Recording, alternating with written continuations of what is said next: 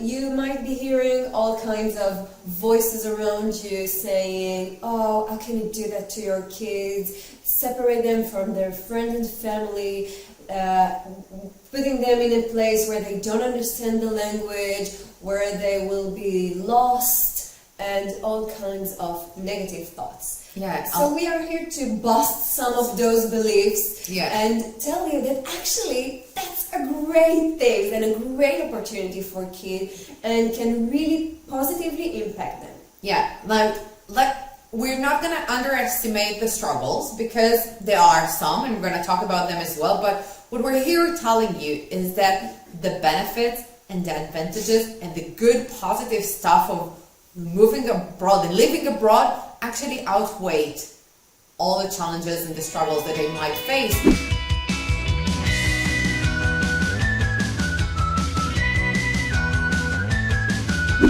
Welcome to the Coffee Talkie Show.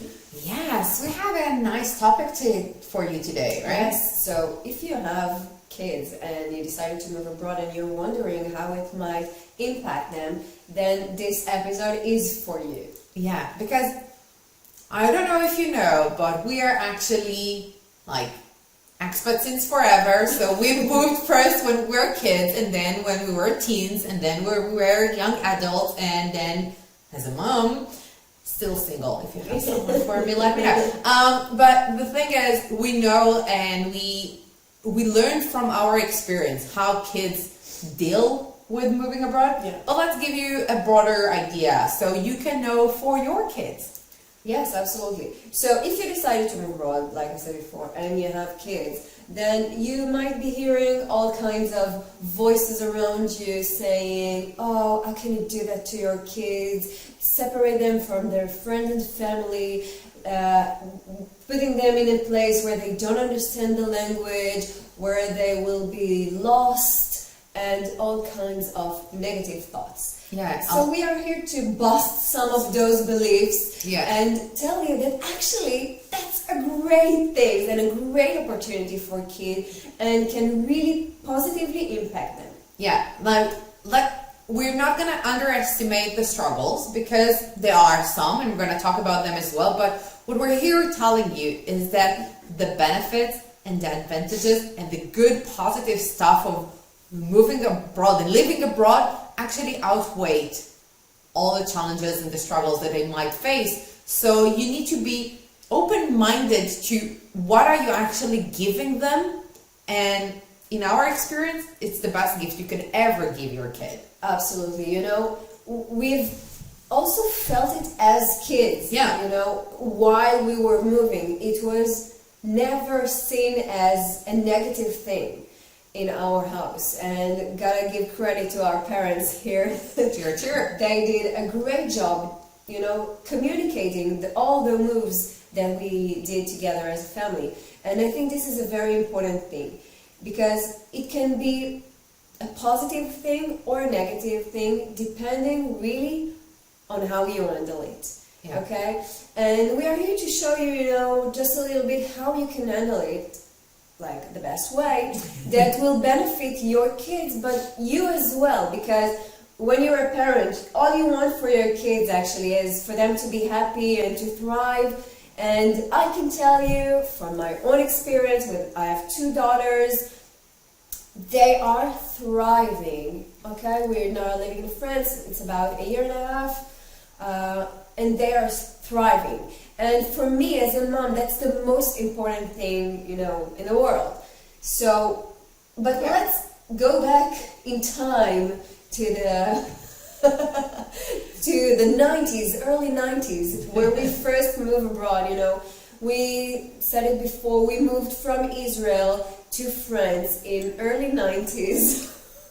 Was a big cultural shock for us. Yeah. Really, really big. And it was amazing. Like, it was amazing. It was like we had our moments. Obviously, you don't remember much because you were only 2 years old, but I remember I was 6. I just started school in France. I didn't know a word in French. And it was scary. I was a shy girl and I didn't understand anything, and it was scary, okay? Like we said, we weren't gonna, sugarcoat, it was challenging, but the things that I discovered that first year, when we arrived, about the world, it was amazing for me, Imagine these small girls, because we were only 2 then, small girls arriving from a small town in Israel to a small town in France. It wasn't Paris, it was a small town, but we discovered, new colors, new sounds, new kind of nature, new kind of people, new colors of people. It sounds crazy, but where we came from, everyone looked like us.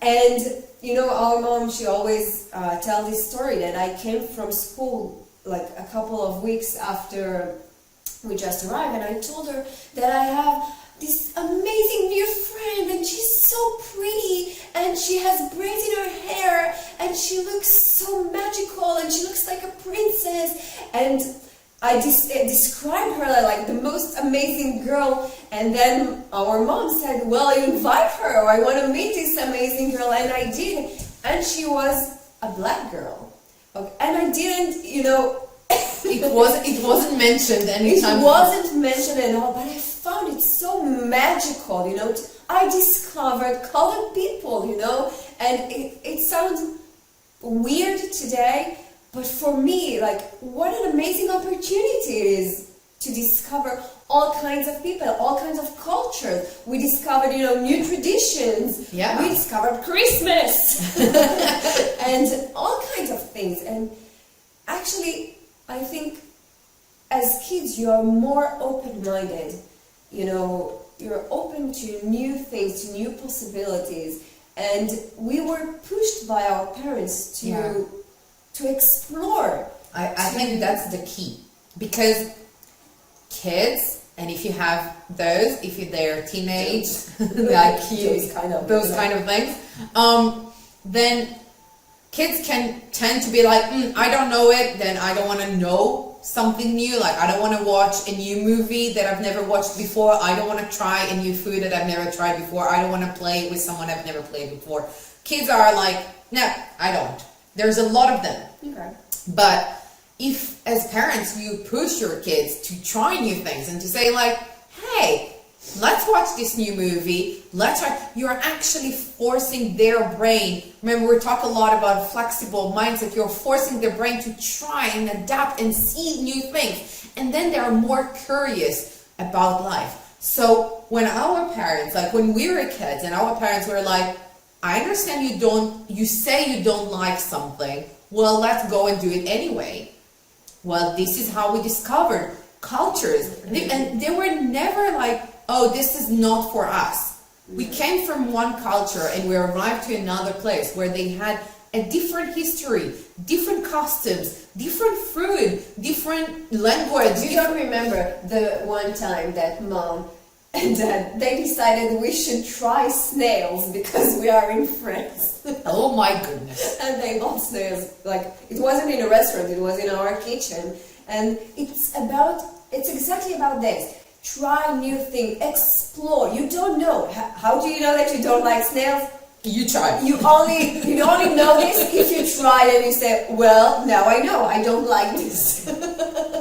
But what I'm trying to say here is that, again, like, when we say about the benefits of living abroad, it has a lot to do with how you as an adult approach it, but with how you're going to project it and present it to your kids. So for us, the fact that we, over the years, were able to discover so much and be curious about the world and want to see what more it has to offer, it was because it was presented to us as an amazing opportunity.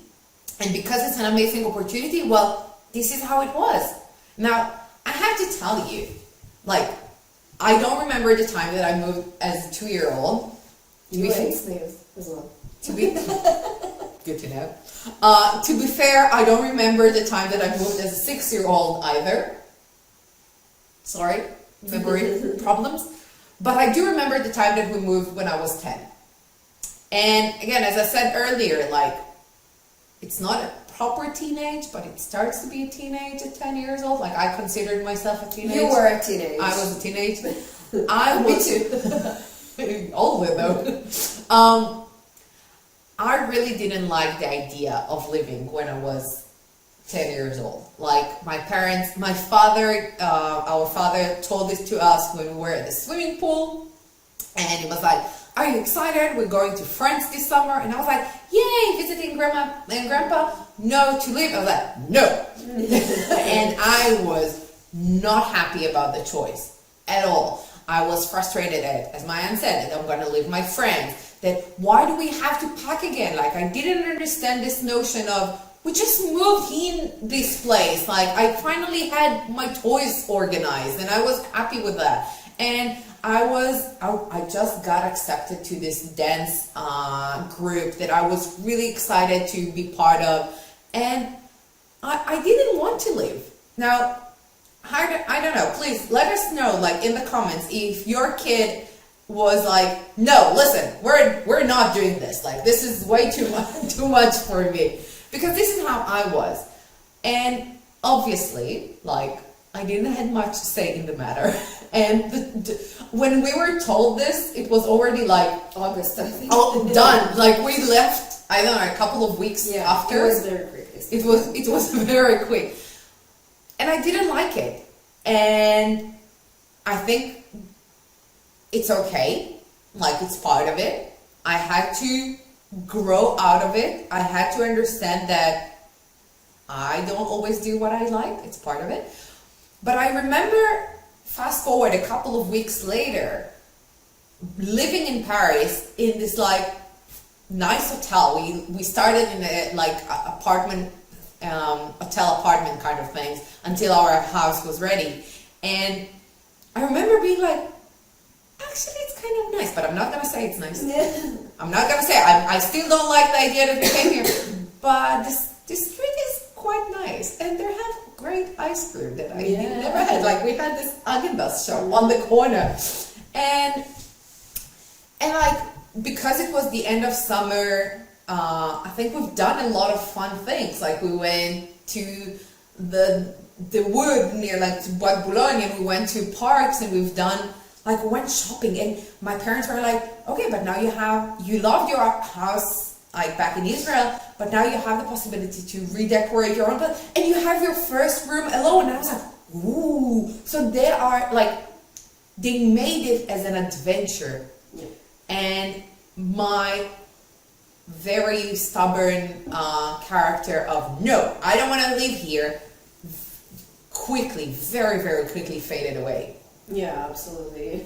For me, it wasn't like the same experience, because I really wanted to live, because I wasn't in a good place, and so I thought I was 14, like, that's the teenage girl, with her friends and her look, now I need to have a new wardrobe because it's winter here all the time, and a new room, I just painted my room before, but like you said, it was the way that we were sold this adventure that made it a great one, an adventurous one. And our parents were smart enough to make an adventure of this situation, because, like you said, it was about redecorating together our rooms and the living rooms, and we chose furniture together. And I don't know if you remember this, but when we lived in Israel, we weren't traveling as much. No. But when we lived in France, it was like a great opportunity to travel, to see new places, to see all kinds of nature, to drive for hours and, arrive in a completely different area of the country and seeing how beautiful it is. And that's an amazing opportunity. And even when we were, like, stubborn teenage girls, which can be really annoying, we know that, And sometimes we were sitting in a car for 4 hours with our headphone on and Backstreet Boys on a Discman, and not wanting to look around and see how beautiful it is. Finally, it was always, we arrived to a new destination and it was, wow, okay, let's enjoy it. Let's try new things. Let's try new food, you know. And it was also a great opportunity for family time that we didn't have before. Like the whole family traveling together, going to restaurants together, or even having dinner together, simple dinner at our home. It wasn't something that we had before. So for us it was, I think for the family it was an amazing thing. Yeah. And kids learn very quickly how to adapt and adjust themselves, even teenagers, okay? But you need to, as a parent, to sell them this journey in the right way, in a positive way, and understand that it's tough. Be open about it.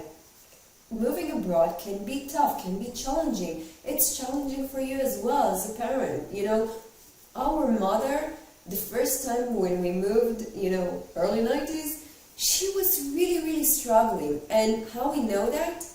Because she told it to us, maybe 10, 15 years ago. But when we were small kids arriving to a new country, we never saw it. It was all about making it, that's a great thing, that's a great opportunity. We are here for a reason, we talk a lot about having a great reason. It was clear, we are here for a reason, and we as kids haven't noticed that our mom was struggling. And believe me, she's not very poker face, okay? She's not. It wasn't about hiding things, it was about communicating it in the right, positive way for her kids so they can actually thrive. I want to give you an example that is not necessarily related to life abroad, but you will understand my point. As you know, if you've listened to anything we say until now, we are Disney fans. And talking again about kids, when you want to promote, I'll say, a Disney movie to your kid, in many of the Disney movies there is a hard moment. This is how the movies are created. Let's give an example of The Lion King that comes to my head right now. There are some hard moments in this movie that a lot of kids really don't like seeing, right? But when you're trying to convince your kid or trying to tell your kid, let's watch The Lion King tonight for the first time, you're not gonna sit there and tell him, listen, in Mufasa is going to die. At minute number 15, you're gonna cry your eyes out, and then his mom is gonna miss him because he's living, and then he's gonna find himself alone in the desert, not knowing what to do. In the jungle. He starts in the desert. He has a moment where he's there's nothing in until Timon and Pumbaa takes him. Don't get me into Disney. But you're not starting right like this, right? You're actually minimizing the struggles, and you're selling on the amazing thing that are going to happen, because you're going to tell that it's about this jungle life in the savannah of Africa, and there's so many animals, and it's so pretty and joyful, and the songs are amazing, and this king that starts as little lion Simba becomes the king of the savannah and will save the savannah and everything. And the voice changes, but also how you are selling it. So what I'm trying to say here as an example is life abroad is exactly the same thing. Now, whether you've experienced life abroad yourself before you're actually moving again with a kid, or it's a first for you as well, if you focus your attention on everything that's going to get wrong, this is what you're going to experience, okay? Everything that is wrong is out there, and you're gonna have to face it. But if you focus all your attention on this, well, the movie is going to be hard, and you're not gonna like watching it. Yeah. But if you decide to say, I know those things are going to happen, but I'm actually focusing my attention on what is fun, what I know can be exciting, what I know the opportunities are. If we talked about travels and cultures and new friends and new house and new places and new family bonding and whatever it is for you. But if you focus your attention on all the good things that are about to happen and you make those bigger, because as we said, whatever is wrong is out there, but also whatever is right. So it's about deciding what is it that you're focusing on and then communicating this to your partner, your kids, your friends. It's about that. This is what you're going for. The struggles are going to happen as well. But this is what I'm focusing on. And if you focus this for your kids, well, they're going to be excited to move abroad. And as Maayan said, it's easier for kids to adapt to changes, okay? Much easier than for adults. So if you're just telling them it's going to be an amazing adventure, an exciting one, they will go with an open mind and with a big smile on their face, and they will deal with it in a quicker way than you are. Yeah, in very natural ways. Yeah. You know, it's very natural for kids to, for everyone, it's like a mechanism to try to adjust yourself to a new surrounding. It's just that with time we learn to, you know, disturb ourselves. Yeah. So your kids will do that naturally. You just have to let them do it and not disturb this natural thing that is going on. And I want to tell you another thing. As a parent, you need to lead by example. Okay, and if you want them to be open-minded to new things and to try and to explore, like we just told you, you need to do it yourself, because you won't be able to give your kids eating snails without trying it yourself. Okay, and you can't tell your kids, well, you gotta learn this new language without trying to do it yourself. And let me tell you a secret. They'll do it much quicker than you. They'll learn the language much quicker than you. But you have at least to try. You have to try to keep up with them, because very soon they will come back home with homework in a new language that you don't understand. And that's very embarrassing. So you need to lead by example. And the example is trying to learn the new language, trying new things, try and blend in. How can you tell them, you know, go to school, make new friends, without doing it yourself? You have to show them that you're making an effort as well, that you are making new connections as well, that you're making efforts, that you're trying new food, and you're discovering new things as well.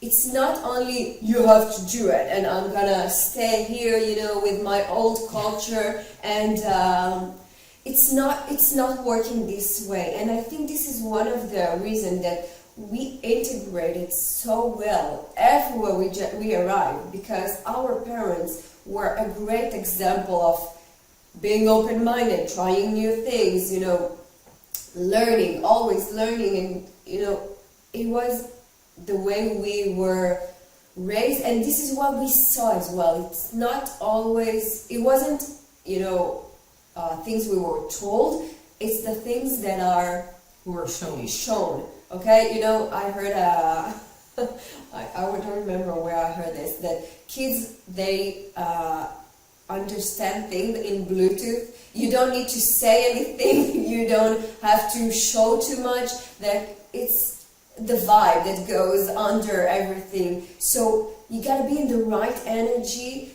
if you want to show your kids and how to deal with everything, you know, all the challenges, all the changes, all the uncertainty. You gotta be in the same vibe and energy as you want them to be. Yeah, and you know, I'll add to this something, and I think maybe we should give some examples of how, in our belief and from our experience, what are the benefits of living abroad as kids, right?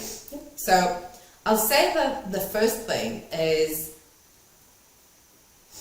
the being more open to change.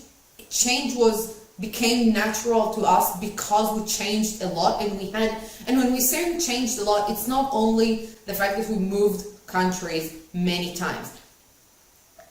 One example that I have for this is friends. Okay, as kids, I was in a school that every single year, because it was an Israeli school in Paris, so it used to have only kids that came here for 1, 2, 3 years, depending, like diplomats and some other like relocation jobs. And I got used to the fact that every 1st of September, I'm going to meet new people, and I'm gonna have like this amazing opportunity to make new friends. And on the last day of school, I'm gonna say goodbye to people. And it was always happy and sad, and sometimes, yay, finally they're living. And like, sorry, but yes, it happened. But change was a very, very natural thing to us. And the more we had to deal with it, the better. Because guess what? Today, as an adult, if there is one constant thing, is that things are always changing super, super fast. And I don't hold on anything, because I know beginning of the year I'm starting something new, and at the end of the year I'm saying goodbye.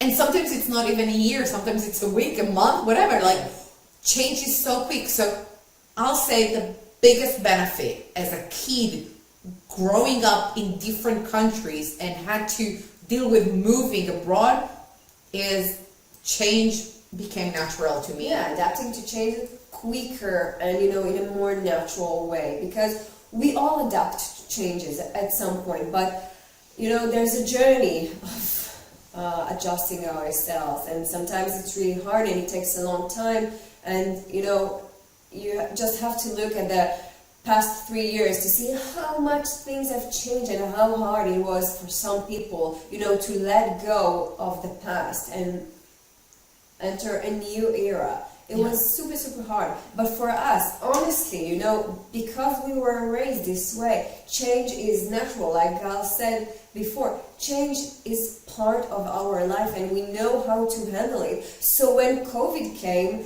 and we had to change our businesses, we had to change our businesses, our career, our countries again, our apartments again, our friends again.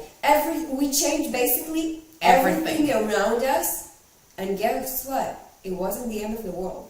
No, it was actually the moment we realized it's happening, it's like, yay, okay, change again. And I remember having tough conversations with people when COVID hit, where they say like, I want everything to go back to what it used to be. Let's go back, let's go back, let's go back. And I was like, stop saying let's go back. You don't go this way. You're only going forward, and it's up to you to embrace the change, because things are not going to be the same. And everyone was like, no, you'll see, we're going to come back to do exactly what we used to be. And I was like, no, even if some things are going to continue and do to be like they used to be, some things are going to change. Look at how we're working today, sitting here behind our phones and cameras, talking to people from all over the world. True, podcast existed 10 years ago, but something changed fundamentally 3 years ago, because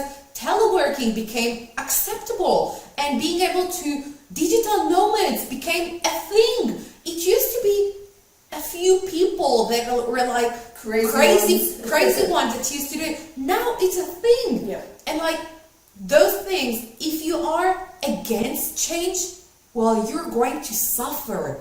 But if you are willing to be like, bring it on, what change am I going to adapt to now? Well, this is how you actually evolve and grow in this life. Yeah. And I think we got it from our experience as kids. Yeah, that being able to adapt to changes is not something you learn at school. Nobody teaches you, but that's a skill that you need to work on, and the best way to work on it is to change, to make changes in your life. And moving abroad is a great opportunity for a change, Yeah. So that's one big positive impact that moving abroad can have on kids. And another one I want to talk to you about is culture, okay? A new culture, because when you come from a place, you know a certain culture, a certain way of behavior, a certain kind of people, you know.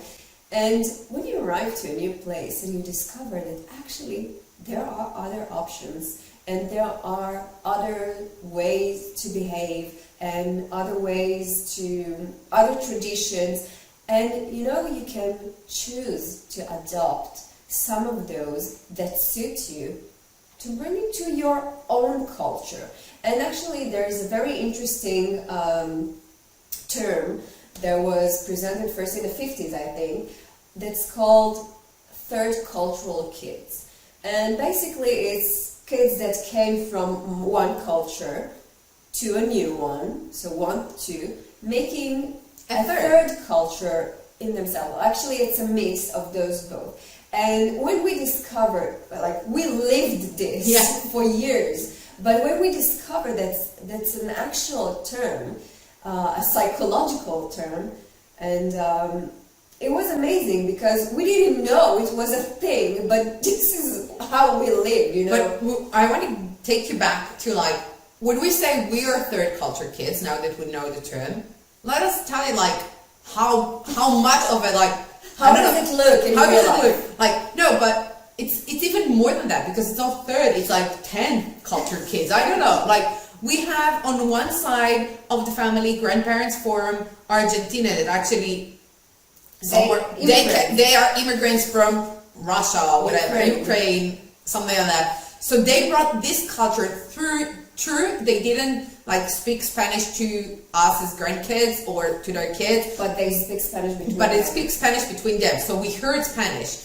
And then the grandparents from our father's side are actually Poland and Morocco combined together, explosive mix, and we had those cultures at home, like in traditional holidays. We will have both cultures on the same table. But then our parents, both born in Israel, brought us to France, and we had Israeli holidays combined with Christmas and French cultures. And we always laugh at the fact that we eat hummus with a baguette, because it's like, well, it's yum here, why not? Like, who said it's not acceptable? We made this combination, but actually we're a mix of so many cultures. And if I said before that the first benefit of living abroad is being quicker to adapt to changes, well, the second one is acceptance and being part of this amazing world.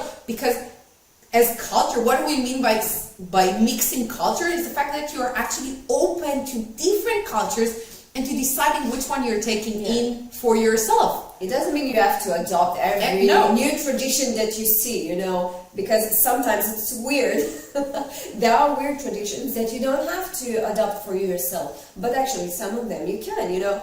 I'll give you a very, very small thing. In France, it's very popular that when you meet your neighbors, you say to them, bonjour, hello, okay? It's like super natural. But coming from Israel, it's not something that you do. Like, you can live in the same building with people for years, never saying hello to them or never even knowing their name or anything, okay?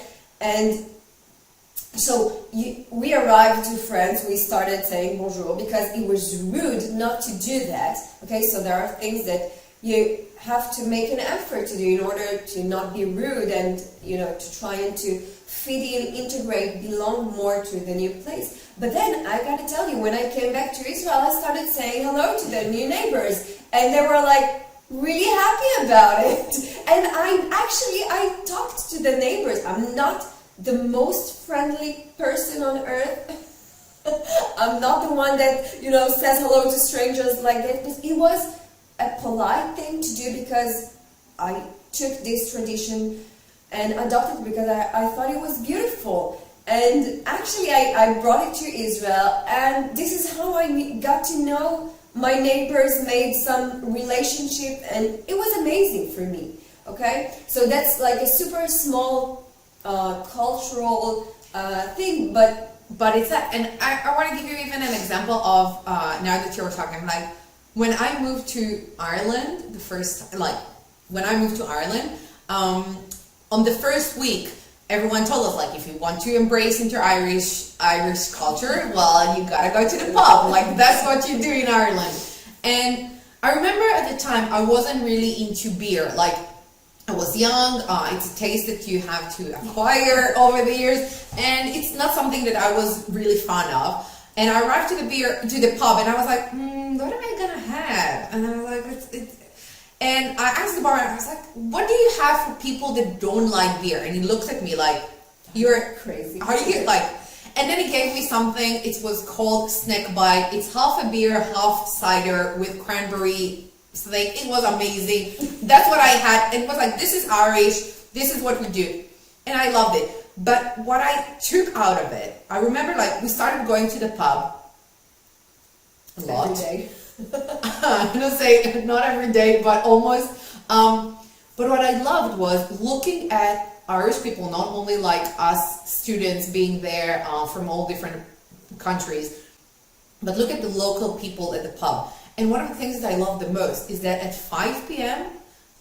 there were a lot of families at the pub. It was something that they would do together. They would go, they would have dinner there, they would play games, they would listen to music, they would have fun. Like, I remember looking at them like, wow, those people enjoy life like crazy. And I was like 20 years old then, and I remember telling myself, like, when I grow up, I want to bring my kids to the pub, because this would, like, I want to embrace this culture. Like, not every day, okay, fair enough, but I want them to experience this joy that is there. And every time I go since then to a pub and I see a family sitting, I'm like, they got it all right. Like, they know what and it's a cultural thing. You don't have it in many countries around the world, but it's a very Irish thing and British, I discovered later on, to sit at the pub with your kids. And I was like, well, why not? Like, who said it shouldn't be? And I took it in. So I want to give you another example with kids and culture. When I lived in Israel, so kids would go to school until noon or 1 o'clock, and then we would go home and have all kinds of activities and things. And we will never go to the playground, for example, when it's cold outside. Well, in Israel it doesn't happen a lot because most of the days it's beautiful outside. But when it's cold, it's like, this is time to go home. And here, when we arrived to France, well, it's cold most of the days of the year. And everyone goes to the park unless it really, really rains, okay? Everyone, after school ends at 4:30, all the kids are going to the park and playing in the playground.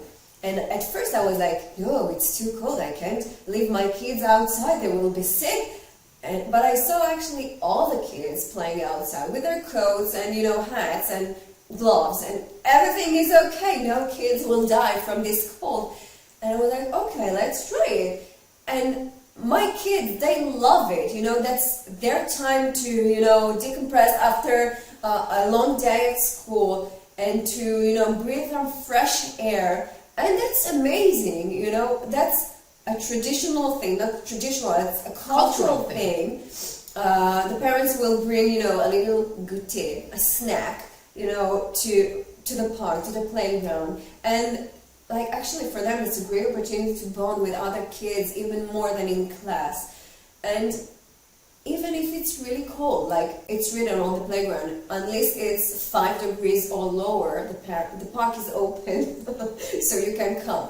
So, and actually this is what we do now after school, like 30 minutes, 40 minutes, an hour sometimes, depends when I get really, really cold. But that's something I wouldn't do before. And like for them, that's a positive impact because they're like, okay. And my my youngest one, she's 5 now, but she really suffered from the cold at the beginning. But guess what? Her body even adapted to it. She really gets cold, but she's willing to play, she's well dressed and with a coat, gloves on, and everything is okay, you know. Yeah. So it's really about so this second thing that we're talking about, it's about culture and the fact that when you take your kid to live in another country, you're actually giving them the opportunity to make a culture of their own by mixing different things from different cultures and different places that are going to live, and it makes them even more unique than what they actually are. And instead of like being, oh, you gotta forget where you're coming from, no, bring whatever you come from, mix it with something new, make another amazing thing out of it. And as I said, like, it's allowing us to be more accepting of differences in the world and more curious to what is out there, and be like, ooh, is there anything here that I would like to embrace and adopt into my life? Something are, something not, and that's fine. Like, you don't need to take everything. You don't change who you are because of the new place that you're living in, but you are bringing the old, adding the new, and making something amazing out of it. So it's really an amazing thing that kids are getting, and adults as well, but for kids it's bigger because they are like, they're more soaking in everything. Yeah, absolutely. And you know, for years it was, you know, balancing it between being the weird ones and being the special and unique ones. And again, that's how you communicate it. Because yeah, you're the weird one, but yes, you're the unique one as well, okay? It's not that you have a disadvantage because you come from another country. You have an advantage because you come from another country. And you don't have everybody else's same culture and same traditions. You have another one, and you take whatever suits you, you know, from the new culture. And when you move to several countries along your life, then you take bits of things from everywhere, and you create within yourself like the culture that suits your personality. And I think it's amazing to show your kids that there are so many options in this world, and they can choose whatever suits them, and that's amazing. But for that, you need to be like the open-minded parent. Yeah. and sometimes it's hard because you want to hold on to your traditions, you know, that came with your family from decades and generations before, and I can really get that. But try for yourself. Again, lead with example. Be open-minded. What can you take from this new place? And maybe there are things in your older culture and tradition that you can let go, and that's totally fine, you know, and it actually suits you best this way. Yeah.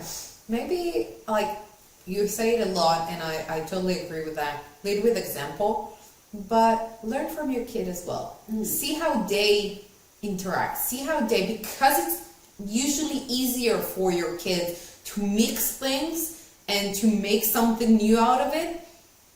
Try to learn from them as well. Try to take on things and let them bring things to your home, and you be open-minded to receiving new things, and then see if it works for you. We don't say like everything will work for you, but maybe some things will. Yeah.